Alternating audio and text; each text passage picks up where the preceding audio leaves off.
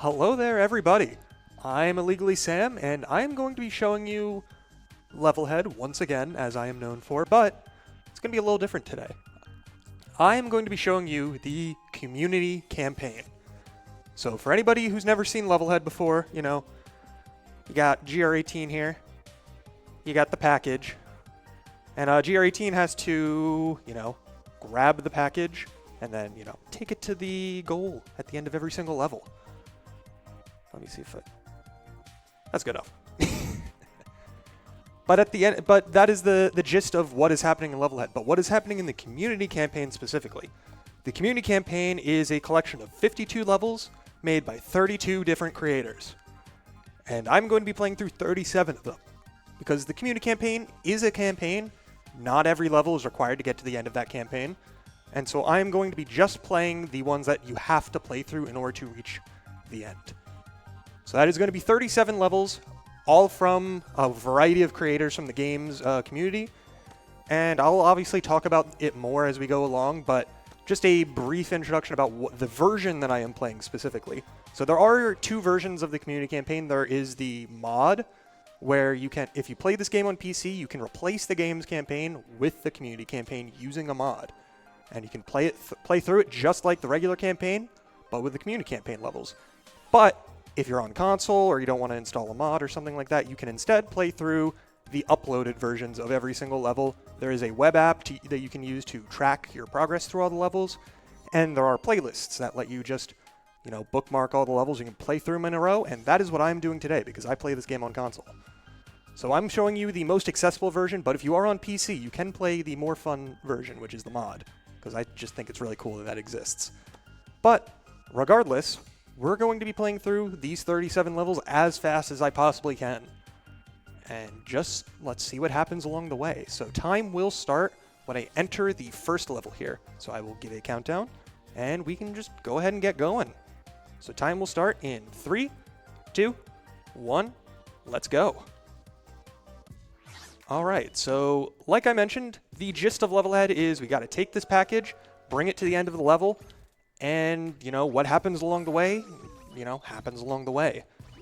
But because this is the community campaign, this is going to be a lot more difficult than the base campaign is. So basically the gist behind, the difficulty level of the community campaign is it was kind of imagined as a sequel to the original campaign. So it's going to be difficulty at the beginning is about similar to the difficulty at the end of the game's regular campaign.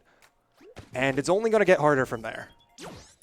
It is also split into 4 different zones, and at the end of every single zone is going to be a boss fight. So there's going to be a whole bunch of levels, then a boss fight, and then repeat that 3 more times until we get to the end. So all of these levels here, a lot of them are going to be introducing stuff that was not in the original campaign because it was added in a post-launch update. So the game's original campaign only can feature stuff that was, in the game at launch. And as a result, there's a lot of items that you only would be able to learn about through user levels. And that does include stuff like these canoodles here, where they shoot out projectiles and just walk around. They're a fun enemy. I do like them, and especially since you can grab their projectiles and throw them back at them to do damage, like this. So if you are familiar with the original campaign, or you've just seen me do a speedrun of this game before, you're going to be seeing a lot of new things that were not in that original campaign, and you might not have seen before. And I'm going to do my best to call that out and explain when that stuff pops up. It also does a good job of introducing and, tutorializing a lot of mechanics that the game has always had since launch, but either wasn't really required before or wasn't expanded upon too heavily, and that includes the idea of sprint speed. So this level here, the entire purpose of this level is to teach you how sprint speed works and how to maintain it as best as you can. So I'm going to be running through a whole bunch of obstacles, and every single one of these obstacles requires me to have sprint speed. That doesn't mean I'm going to be doing everything as intended necessarily, because I can break those blocks early and just save a few seconds by using that shell instead of using a cannon to break those. Just because this campaign was made by the community well after the game's launch, this campaign came out in about halfway through 2013, so it's about a year and a half old at this point. which was about 3 years after the game's original launch date and back in 2020. And so even though this campaign launched well after the game's initial launch, and the community had actual years to learn about this game, learn the ins and outs, learn a lot of nuances and everything, despite all that, there's still a lot of skips. There's still a lot of spots where we can just do things that aren't quite intended and save some time, because this is a speedrun. While this gets to show off a lot of the cool things that this game has to offer and a lot of cool things that the community can do with this game's level editor, at the end of the day, it's still a speedrun. So I'm going to be doing all that I can to get through things as fast as possible.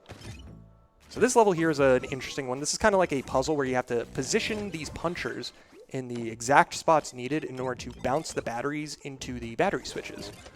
And so basically, because I've played this before, I know where to position these so that when I hit the switch and launch the battery, they all just go directly where they're supposed to. Doing this level when you don't know where everything is supposed to go is not easy.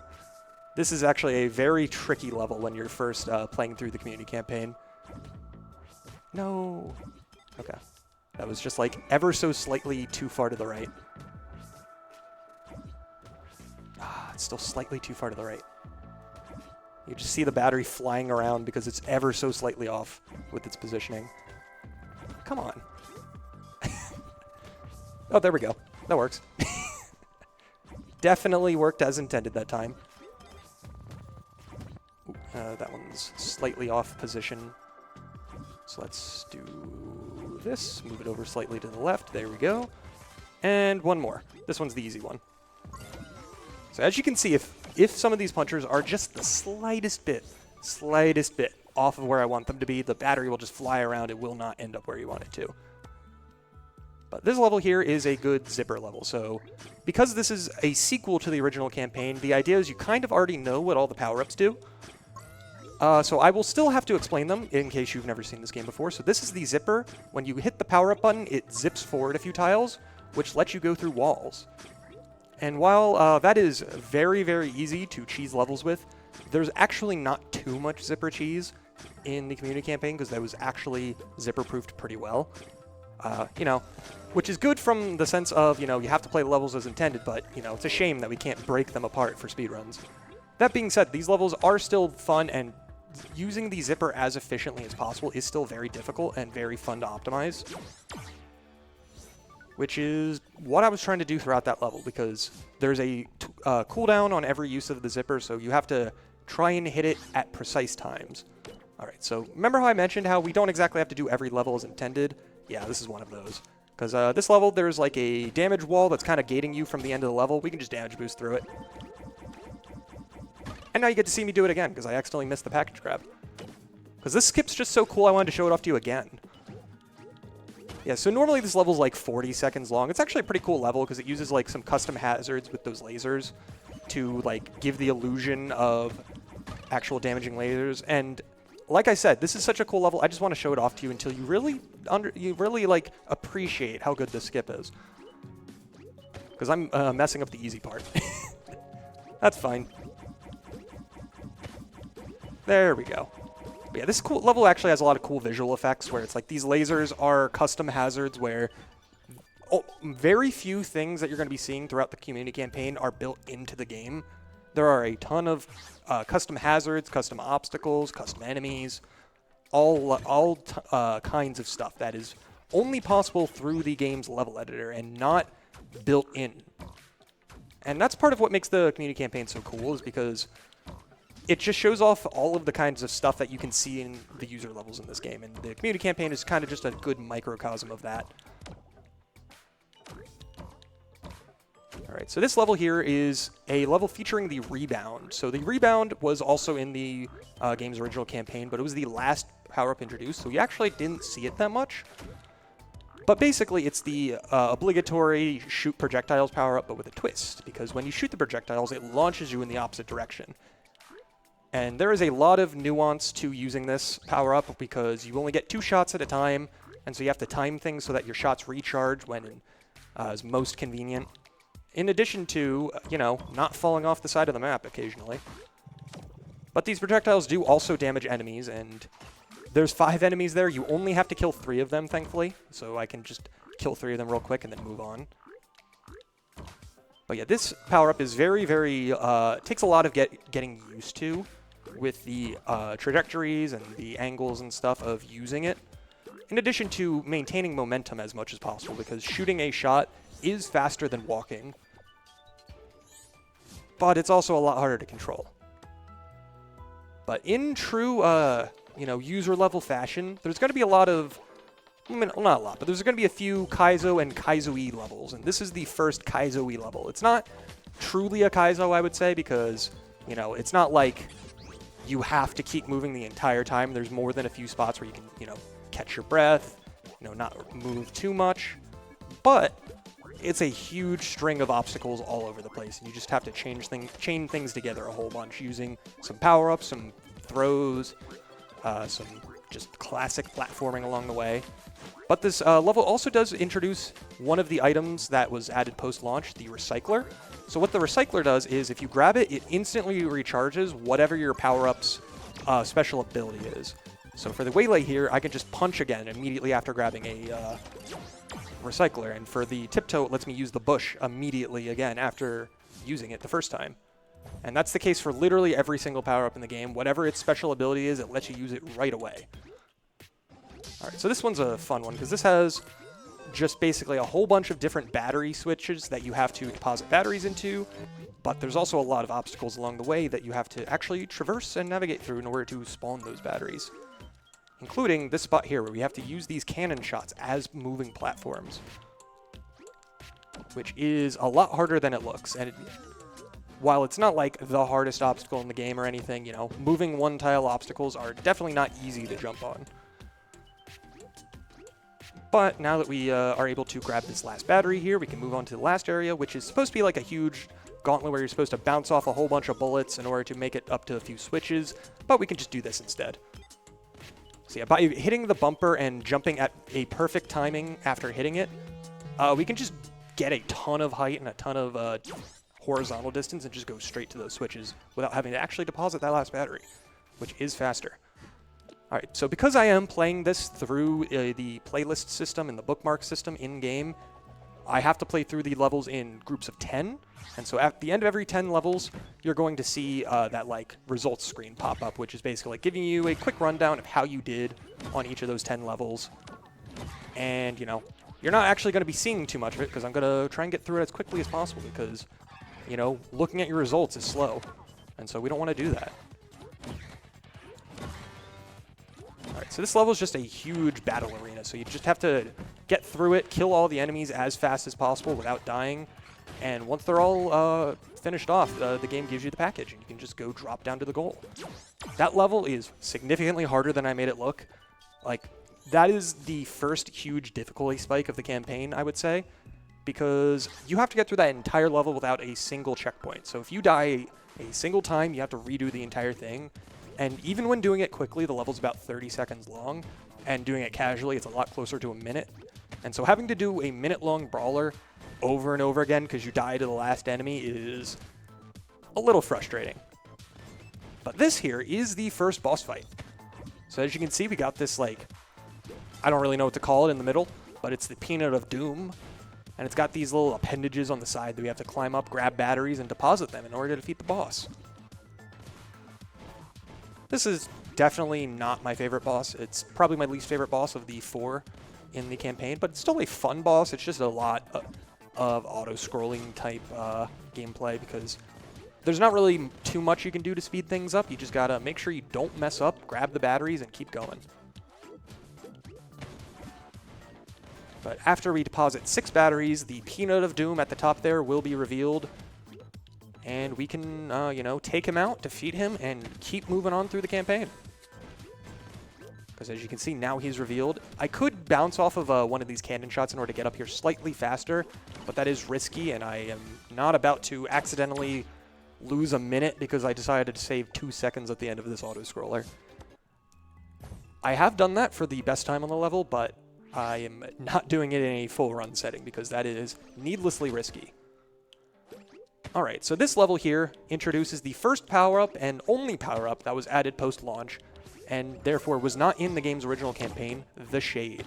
So what the shade is you press the power-up button, it drops a rune on the ground that you can then pick up, throw around, and if you press the power-up button again, it teleports you to it. It is a very fun power-up. It has a ton of potential that you can do both as a player and as a level builder. And like I said, it is just genuinely a lot of fun to use because there is a lot you can do with it. So like as you can see, we can, from that level, which was just kind of introducing the idea of teleporting around, this one, you know, you can combine that with these cannons here. And when you teleport to the Shade Rune, you maintain your momentum from these cannon shots. And so this level is going to be using that in a lot of places and in a lot of different ways. So you gotta basically grab your rune in midair after getting shot out from these cannons, throw it, and then use the momentum from the cannons to make it to the next section. And we're just gonna be doing that a whole lot. Now, we can also skip that cannon because you can just jump up using the rune. Because if you jump and then teleport to the rune, you maintain your momentum from your jump. So you can basically throw the rune in midair and then jump right before teleporting, and you can just get a super high jump. Oh, dang it. So this one's fun because basically you use the height that you get from throwing the rune combined with the blaster movement to just cruise through that little corridor of spikes. All right, there we go. That level's tricky to do quickly, but it is a fun and satisfying one when you can do it quickly. Oh, hey, and now I get to call out how going too fast loses you time. Because in this specific version, because I am playing on the public, like, user-uploaded versions of these levels in Levelhead, it also has the regular public leaderboards. And if you get a top time or a top score, it plays a little animation and shows you getting that top time or top score on the leaderboard. However, it plays a little animation when you do that, and so if you go too fast, you get an extra animation, which slows you down. So obviously, if you go fast enough, you save enough time where it doesn't matter that you get an extra, like, half second to a second animation. But if you were to improve your time by, like, 0.05 seconds, you will lose more time by watching the animation than you did by getting a new best time. And that's just, like, a funny little quirk of running on this specific version of the community campaign. Also, something else to note that is just a feature of the base game that is very important for campaign speedruns and community campaign speedruns is the dunking mechanic. So when you finish a level, you know, you've got these dots above the goal, and depending on how high above the goal you are, you get a better dunk bonus. So each dot above the goal is worth 300 points, and so the maximum dunk bonus you can get is 3,900 points. However, the better dunk bonus you get, the longer the dunk animation is. And so if you don't want a long dunk animation, you have to get a minimum dunk. And that is worth 0 points, but it saves about a full second of animation at the end of every level. So whenever possible, I'm going to be trying to get as low down on the goal as possible. And basically, you know, over the course of 37 levels, if I were to do a perfect minimum dunk versus a perfect maximum dunk, that would be 37 seconds saved across the run. So it's very small on each individual level, but it adds up over the course of a long run. Also, we've got these enemies here. These are gibbers and jabbers. The gibbers are the big ones, I believe. No, the gibbers are I always forget which one's which. One of them is the small one, one of them is the big one. I always forget which one's which. Jabber is the small one, gibber's the big one. I think that's what it is. But yeah, they just chase after you. The big ones, the jabbers, or the gibbers, I mean. I'm going to be getting them mixed up the entire time. Yeah, but you can jump on the jabbers, which are the small ones, but you cannot jump on the big ones because they can only be damaged through projectiles. So either using the rebound or by throwing damaging projectiles at them. And that will come into play in later levels where I do have to kill some of them. But this level is just like a quick little sprint chase level where I had to use the mad jabbers as platforms because the mad jabbers are slightly faster, slightly in air quotes because they're actually a lot faster than the regular jabbers are. But that makes it a little more interesting when you have to contend with them because they will chase you down. Well, the regular ones definitely still chase you down, but they're a lot more chill about it because you can very easily outrun them. You can't outrun running into a spike in the floor by just missing a jump, though. That, unfortunately, is not something that you can just avoid by running faster. That requires actual platforming. And this level is one where you can just kind of ignore the jabbers the entire time and just run through the entire level with them following you. But because this level goes back and forth, like left and right so much, it's not worth it. Because while it is technically a couple seconds faster to not stop and kill them, it is so much more annoying to have to contend with them for the entire level that when I was like initially grinding the IL for this level, trying to get it done, I was losing my mind because I would die to them almost every single time in the exact same spot, but just not in the exact same way because they were in slightly different positions every single time. So I couldn't even like adjust and avoid them the next time because they'd be in a slightly different spot, and I eventually just gave up. And I have still not gotten a full run through of that level while keeping them all alive without dying. Alright, so this level here, this is made by FlowArt. I didn't call it out, but in the top left of the screen is the name of the level and also the creator of each level. I'm calling out FlowArt specifically because he is one of the top creators in the entire game and also arguably one of the best creators as far as like level quality goes. And as you can see, this is like a light Kaizo where, you know, it's a lot of Kaizo movement, but it is very satisfying and not actually that difficult. It's like, it looks a lot harder than it actually is because FlowArt is the master of making Kaizo levels that are not actually that hard and just make you feel really cool about getting through them quickly. But this here is an auto-scroller, but I think this level, you know, for being an auto-scroller gets a pass because it's just a cool setting because you're like on a highway. You got all these cars that you're, you know, you're platforming through. You got the road down below that's like bobbing in and out. And as you can see, it's like you run on the road and it's pushing you back because we're on the highway. I just think it's a really cool level. It's a shame when I die because it loses a lot of time on this level because it is an auto-scroller. But like I said, I just think this level's cool. And there is actually a little bit of stuff that you can do on this level regarding going faster. Because, well, one of those things is not dying. That's actually the most important one. I seem to be forgetting that for some reason. No, but about halfway through the level, there is a checkpoint. And if you get to the checkpoint before the screen scrolls all the way over to the checkpoint, the screen will immediately jump to where that checkpoint is. And as a result, it cuts out a little bit of scrolling. So the point is right here. So as you can see, it jumped ahead a little bit. And so by doing that, you can actually save a little bit of time on this level by cutting out a little bit of auto-scrolling. And then the other way you can save time on this level is by just going to the goal as early as possible in the auto-scroll. So if you know where the goal is, you can just kind of go to it off screen at the end of the level. But if you don't know where it is, obviously you're going to be, you know, waiting until it's on screen and then jumping to it. But like I said, I know where it is, so I'm going to be able to jump to it a little bit earlier than I would be able to otherwise. All right, let's be a little careful here so I don't accidentally run to any of these saw blades or fire or anything. And yeah, the goal's right up here. As you can see, it's like barely off screen, so if you didn't know it was there, you wouldn't be able to finish the level early, but you can finish a little early. All right, and there is actually a minor bug with the bookmark menu where if I hadn't refreshed the bookmarks and gone back to the first page, it would have automatically gone back to the first page and would not have been able to progress past that first page. I don't know why that happens. It's just like a little weird quirk that you have to deal with when you're playing a lot of bookmarked levels in this game, which is a little unfortunate, but like I said, as long as you know it's there and you know how to get around it, it's not that big a deal. So yeah, this level is just don't hit the whiz blades and don't hit any of the spikes. It's just a pretty simple, quote-unquote simple, in the sense that like there's not like a whole lot going on in this level as far as like complicated like structures go or anything like that. It is just quite simply platforming and somewhat difficult platforming. So it's like you gotta cancel your jump height on these springs here, where if you press A after bouncing on it, you will go different heights depending on, you know, if you hold it, or if you let go early, you will actually go less high off of it, which is very important for a couple of these jumps because it is very easy to accidentally go into the spikes if you're not careful.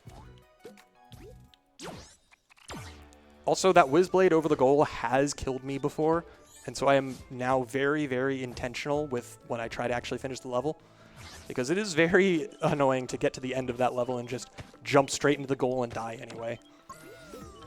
Alright, so this level here is a fun one because this one uses these flap sacks, that's what these are. I always mix up flap sacks and blop sacks because they're both sacks.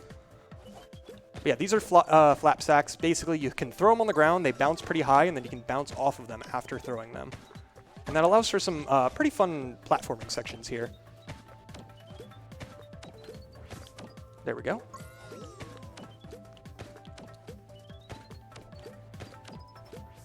There we go.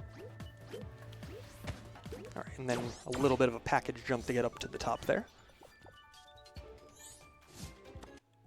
All right, and now we get to do the next boss battle. This is the second one. It's going to be centered around the Shade and uses a bunch of the enemies that we've seen so far.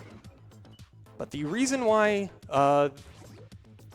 this is a boss fight is because of the ending section here, because we're still in the lead up to the boss fight. It's no good if at the boss fight you just go straight into it. You gotta play a little bit of level beforehand. But I am going to make sure I take out all of the jabbers beforehand because this boss fight is kind of annoying. Because it's you basically have to kill a whole bunch of enemies without dying along the way. And that is easier said than done.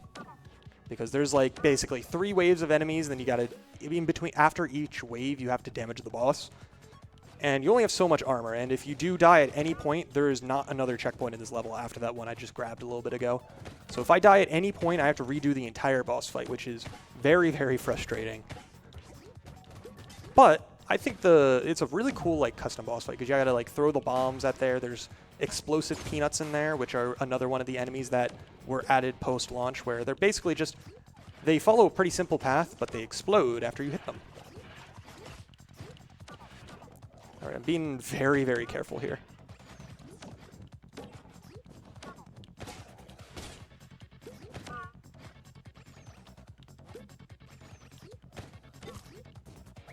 All right, there we go. Because like I said, if I'm going to be probably a little more careful in this than I normally would be on some of these other levels, because if I die at any point in this entire boss fight section, I have to redo the entire boss fight, which would not be ideal because it is very long.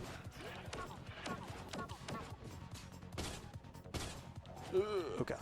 I took more damage there than what I've liked, but that's okay. Doesn't matter how much damage I take as long as I don't take enough damage to get killed.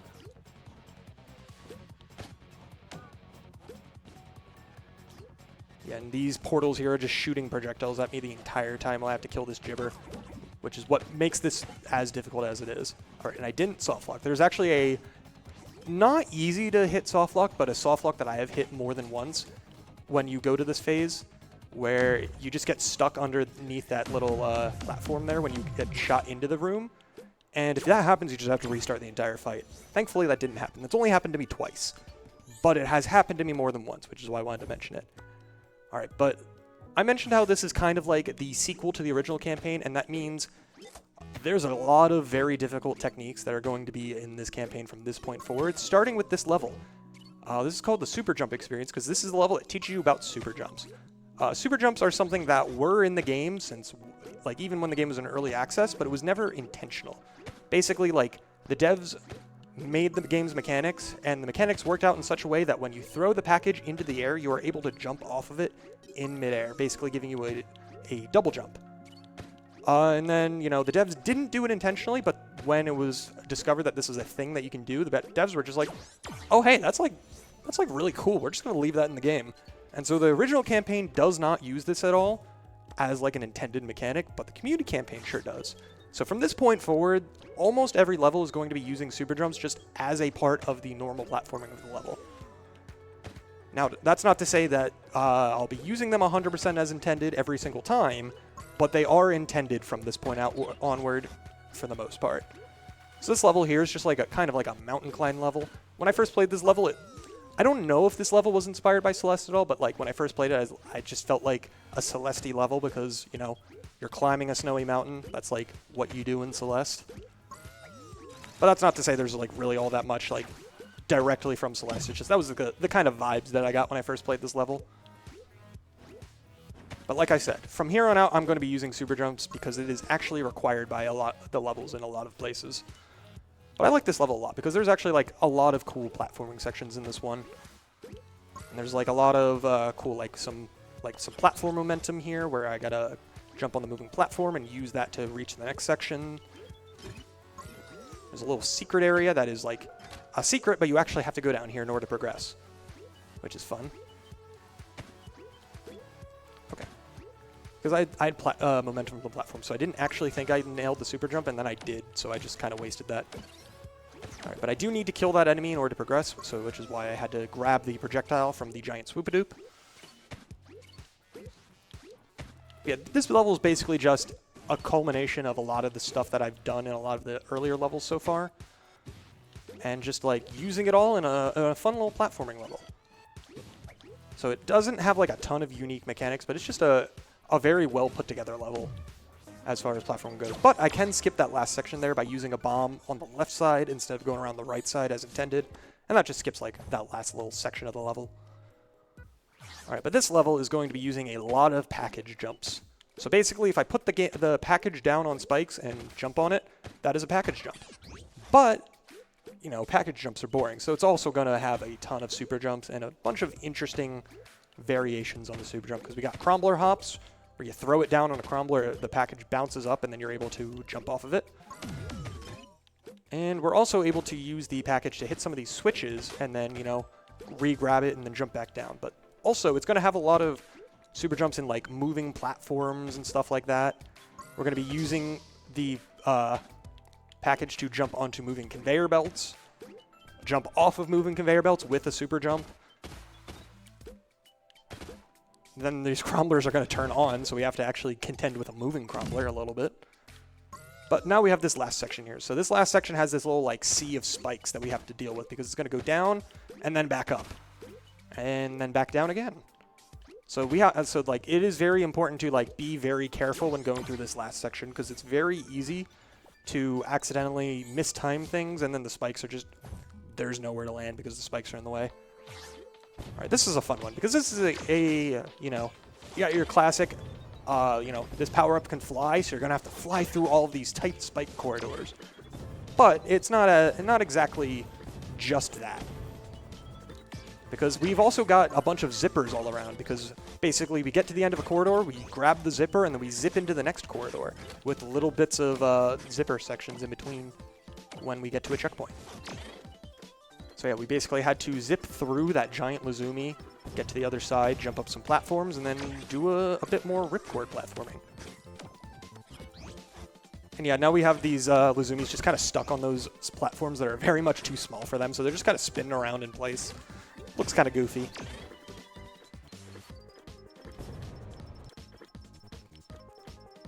Alright, now I gotta be a little careful with this last corridor. There we go. Alright, that level is a lot harder than I made it look, because I actually got through things pretty cleanly that time. Not too many deaths. There have been times where I spent a lot longer on that level, so I'm glad that one went well. But here's another shade puzzle level. There's going to be a bunch of shade challenges where you have to use the shade to figure out how to get through each one. And one of those is using the shade to get sprint in a location that you wouldn't normally be able to. So the way sprint works in this game is if you run in the same direction for about 7 tiles uninterrupted, the game gives you sprint. So there's no run button or anything like that. And so basically you have to, you know, have an uninterrupted stretch of land in order to get sprint. However, what counts as an uninterrupted stretch of land also counts when you're using the shade to teleport back to the beginning of it. So if you have like 4 tiles of uninterrupted ground, you can put a shade rune down at the beginning of it, teleport to it, have the shade rune down at the beginning of it. You can then walk to the end of the corridor without stopping, and then teleport back to the beginning before hitting the wall. And because you never left the ground and you never stopped running, you can just get sprint in much shorter passages than you would be able to otherwise. And this level uses that a couple of times, which is fun. However, you can also use the shade rune to platform, because when you throw an object down, it kicks you up a little bit, and you can use the shade rune to just kind of use that and just, you know, not have to worry about spikes if you have shade. Like I said, we use the shade rune to get sprint here. And we also get to use it again to with the blaster in order to break those blocks. Alright. And then put the shade rune there specifically so I can just jump right out, deposit battery, and we're good. That's actually a really satisfying level to optimize because it's just so many small challenges. So it's like there's no like huge big skip or anything. It's just a lot of small optimizations, and they add up over the course of a minute-long level. All right, so this here, I think this one might be my favorite level in the entire community campaign because I just think the gimmick that it has is really fun. So what is happening here is the tiptoe can cling to walls and it can cling to ceilings. That is how it works. However, you might notice that I'm using the grapple hook, or the tow cable as it's called, to grab onto walls in order to cling to them. That is not normally a mechanic that this game has. The only reason that works is because there is an item inside of every single one of these walls that I am grabbing. So under normal circumstances, that item, when I grab it, it's called a flingo. That item, you know, you grab it and it launches you in the opposite direction from where you grabbed it. In this level, they're pathed into the walls, and so when I grab them, they just instantly put me onto a wall or a ceiling, and since I have the tiptoe, I just start grabbing it, and instantly am able to use that for platforming. And that's why this level is so much fun to me, because it has a really unique gimmick, because I don't think I've ever seen this used in a level before this level came out. And it's also really fun to just like get a huge amount of height by grabbing one of them while on a wall and then jumping immediately after, and it just launches you into the air. Alright, so this is Ride Star Ridge. This one is a little infamous to me internally because of recent memory, because about a week ago I grinded this level on stream for about an hour straight trying to get the best time before I finally got a clean run. And by that I mean I actually beat the level one time and got the exact run I was looking for, and then just didn't hit the goal and died by accident, so I had to redo the entire level until I got the time I wanted again. So I basically had to get the best time on this level more than once because I just messed up literally at the last possible moment. And you can tell why it took me an hour, because this level is very difficult to do well. Because it has a lot of shell movement. So basically, Scrubs and Oculas, Scrubs are the green ones, Oculas are the orange ones. Basically, these are kind of like shells from, you know, Koopas and Mario, where you can pick them up, you can throw them, you can jump off of them, you can even do shell jumps with them off of walls like this. Shell jumps in this game are actually not that difficult in most scenarios, because if you just hug a wall and then jump up, you can do a shell jump every single time if you throw it correctly, and the timing is very lenient. However, what makes it difficult is when you're not just jumping up against a wall and hugging it. And you can also do something called shell surfing, which is where I throw it down at an angle and then just bounce off of it like this. And shell surfing is very, very consistent, because the way the speeds work out is you'll just land on it every single time. However, combining it with the waylay here for punching all over the place and having to grab them in midair and use them to break these blocks, and you know, all of this stuff in tandem like this is what makes this level so tricky. But it's also a really fun level because there's so much going on. You just got to chain everything together, and it's really satisfying once you know what you're doing and you're able to do it consistently. Or if you're able to do it mostly consistently and still mess up a couple times. Alright, this is the ending that I messed up that one time on stream, where it's like I did this, I grabbed the package, but I wasn't in the goal, and then I accidentally hit B and just dashed off the right side there and died. I was very annoyed when that happened. But as you can see, I did have the shoe on that level, so I did manage to get the run that I wanted at some point in time. It just, you know, took way longer than it should have. But this here is the last level of Area 3. This is the boss. And this is a fun boss, but a very frustrating boss for a speedrun. Because this entire level is one long continuous stretch with no checkpoints. So if you mess up at any point during this boss fight, you have to redo the entire thing. But the reason why this boss fight is interesting is basically you chase down the boss, like I am doing here, and you are able to throw these Lazumi thorns into that little portal down under the boss. Like, you might see that it's where it's shooting the fire out of. And I can damage it this entire time during the chase. But what makes it interesting is at the end of this chase, you know, the boss will stop moving, and it's like a little battle arena where I just have to, you know, get all the hits off and defeat the boss as quickly as possible. But in order to beat this boss and actually get the best possible time on it, you have to do as much damage as possible during the chase sequence, which is simultaneously really cool and really fun, and also really, really difficult. Alright, this is the part I mentioned where it just kind of stops and you just got to keep doing damage to it. Thankfully, once you know what you're doing, it's actually really easy to do consistent damage to it, because you basically just punch up and then throw the projectile at the peak of the jump, and 12 hits later, the boss is dead.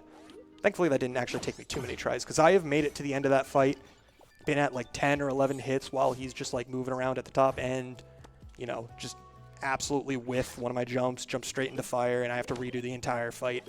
And it's like a minute long, so dying at that point is very, very frustrating. Alright, this level is kind of a play off of a duology of levels from the original campaign, which are the cart levels, which are Ouch Cart and Nope Cart. And this is Ouch, that cart hurt. Because it basically takes the idea of that, which is you've got these moving platforms and a bunch of obstacles along the way, but you have to do a whole bunch of shell platforming along the way as well. So you gotta throw shells into specific positions, you gotta do some shell jumps, you gotta throw them and bounce off of them, all that good stuff. And this is what I meant by shell jumps are consistent, as long as you're using them in a very managed circumstance. And this is a circumstance where it is very, very easy to mess up these shell jumps. But they are very, very satisfying to get in this context, because you just get a ton of height when you're able to jump off one of these platforms with sprint, like this. And then I just keep missing that last grab, which is not that big a deal, because this last checkpoint's actually pretty quick. There we go. And then I can do that. And that package positioning is actually very evil, because if you were to just grab up from the ground, you wouldn't get enough height. And so you have to specifically jump underneath the package in order to get enough height in order to grab the package. All right, so this is a fun level, because this is one of the most broken levels as far as the speedrunning route goes, because I am able to just kind of cheese about half of the level. But first I have to get past the intro section here, so hopefully I can grab the tiptoe through these spikes and not keep hitting the trigger like marginally too early and hitting the wall. There we go.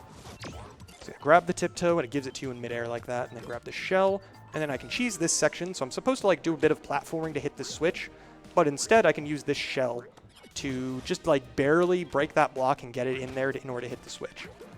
And that allows me to skip the platforming in this section, which is slightly faster than doing it as intended. And then this section here is like a waylay section where it's a high-speed waylay section. So you're going to get sprint, dash on the ground, which gives you tons of speed, and you have to do some platforming like that. The level kind of intends for you to use something called slurb juice, which slows everything down. It puts everything in slow motion so that you're like able to actually tell what is going on and actually make these jumps pretty comfortably. But something that makes me go slower is slow when I'm in a speedrun, so we're just not going to use it. And that makes that section look really cool. Like, I'm very glad that I'm actually able to do that section relatively consistently without the slurb juice, because it looks way cooler without the slurb juice than it ever does with it. All right, and then there we go. All right, now that we're at this last section here, I say last section because this is the last section we do as intended.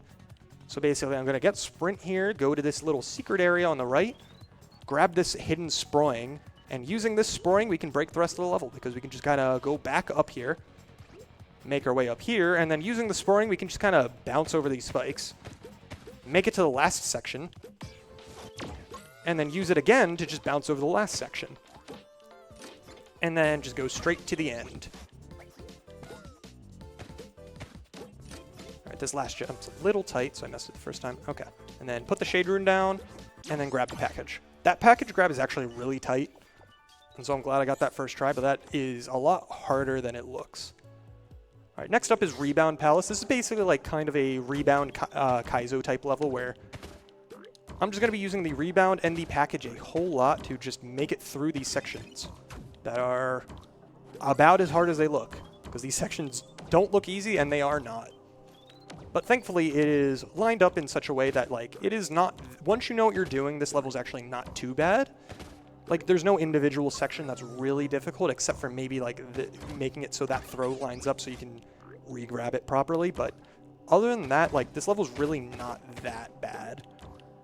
It's just, it takes a lot of practice to get to the point where you can get through this level without that many deaths. Because, like I said, it is difficult. It's just a level that you can learn and get good at, which is very nice.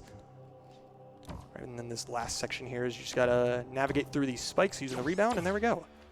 And already, there's only 3 levels left. However, they are the 3 longest and hardest levels in the entire run. Well, this one isn't the longest, but it is very difficult, because this is the only level that uses what I would call, like, super difficult elite tech, because this level uses the bumper super jump.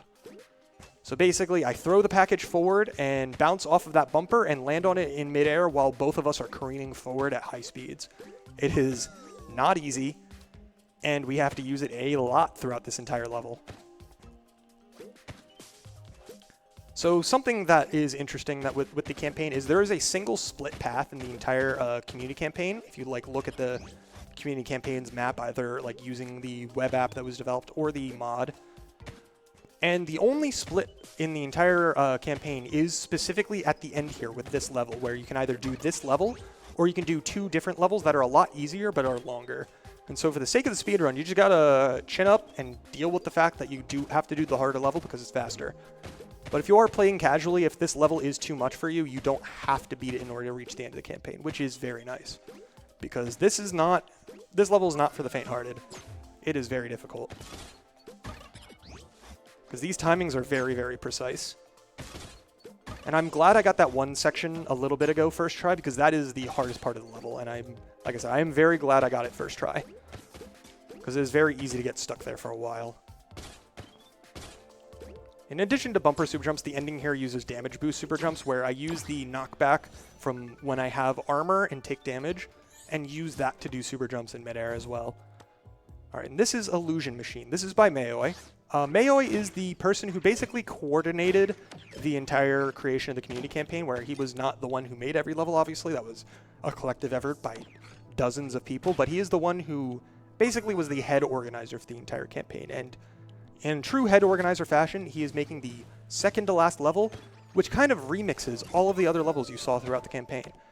So if you've been watching this entire run, see if you can recognize where each of these sections come from, because every single section of this level comes from a level that was already in the community campaign earlier. And so you would have seen where every single one of these sections comes from. However, because this level is kind of like a last hurrah, here's like a medley of all of the ideas from throughout the community campaign, it's also really long and really difficult. As you can see, the best time I've ever gotten on this level is over 2 minutes long. And that's with almost no deaths, doing everything almost perfectly. So needless to say, this level is very difficult to do quickly and very difficult to do in any amount of time that's like less than 3 minutes. Like, I very, very rarely get times on this level that are less than 3 minutes because of how difficult some of these sections are. That being said, this is actually a really fun and satisfying level to do properly once you know what you're doing. It's just, like I said, very, very difficult, and some of these sections, any single mistake requires you to do multiple sections over again because there was not a checkpoint between them. Okay. Alright, I think I need to just focus a little bit for this section because this is, I think this checkpoint is my least favorite checkpoint of the entire level just because I'm bad at it, and I'm bad at doing it consistently.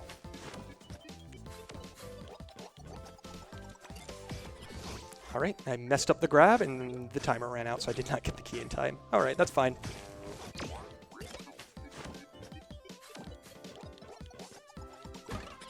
Alright, that's fine. 5th time's the charm, or however many times I'm at now. Yeah, basically the last 2 levels of this campaign, I am not expecting to get through flawlessly. Because they are so long and so difficult, I basically just take whatever I get and deal with it from there. Alright, this section I have to have all 3 of these switches pressed at the same time, and then the door opens.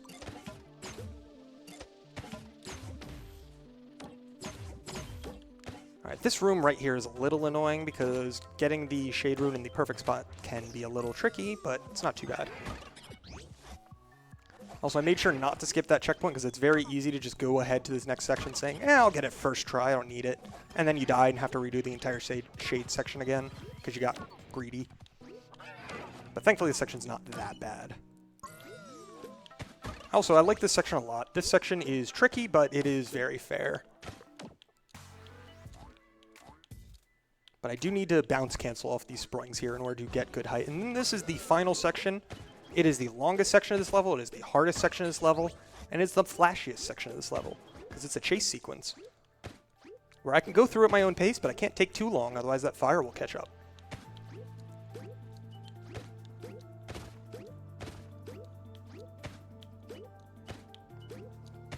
I wasn't kidding when I said this is the longest section of the level either, because we are still not done.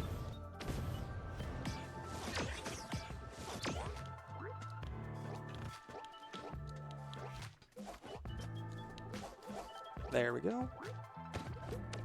There we go. Okay. Just over 3 minutes is not a bad time for that level. I'm very happy with that. Because, like I said, that is a very easy level to lose a lot of time on. And this is the final level and the final boss. This boss has 4 phases. Because they went all out with this. This level was a collaboration between, I think, like 3 or 4 different people. And they all worked on this one level. So while it's uploaded under Gina Skur right there in the corner, he is not the only one who worked on this level. I do not remember the full list of who worked on this level. But needless to say, this is a very complicated level because so many people worked on it. Because remember when I said, you know, custom bosses, custom hazards, custom enemies? Yeah, this level shows off all of that perfectly. Because everything in this level is custom. Alright, that's phase 1. Now it's time for phase 2, where I got to hit the portal in the middle here with these Luzumi thorns enough times in order to move it onto the next phase. But even though this is phase 2 has 2 phases. Because after 4 hits, the attack patterns change, and I basically have to bounce off of these cannon shots and dodge the fire here in order to get all my hits off. Which isn't too hard if you know what you're doing, but it is very easy to mess up one of the jumps and accidentally jump straight into a fireball. But 3 hits later, and phase 2 is finished. Now it's time for phase 3. Phase 3 is a platforming phase. So we gotta run around, dodge all these obstacles. But the boss wasn't a huge fan of us dodging all those obstacles, so he's going to chase us down now. Yeah, this is, visually, I think this is one of my favorite parts of the entire campaign. Because the visual of just the boss chasing you down with the thumps playing in the background from the custom sound effects and everything. I just think this looks really cool. And you got a little chase sequence for it. Let me not mess this up this time.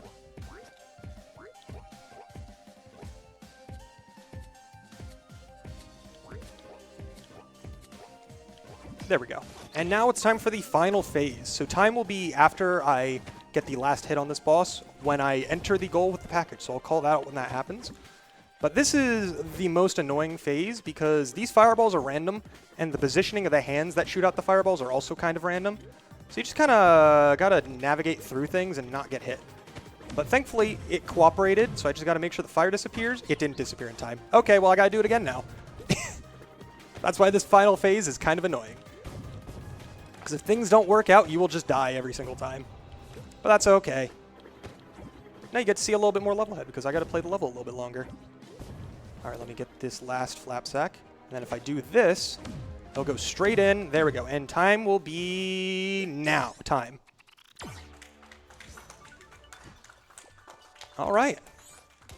And fun fact, my official recorded PB for this category is 57 minutes. So I just PB by 7 minutes. My unrecorded PB, which I set in the practice room like last night, was a 51-minute time. And I still beat that. So it doesn't even matter that I had an unrecorded one because this is better anyway. So that is both PB and world record because not really anybody else runs the community campaign, which is unfortunate. It's actually a lot of fun. It's very difficult, so it takes a lot of practice to actually get good at the community campaign.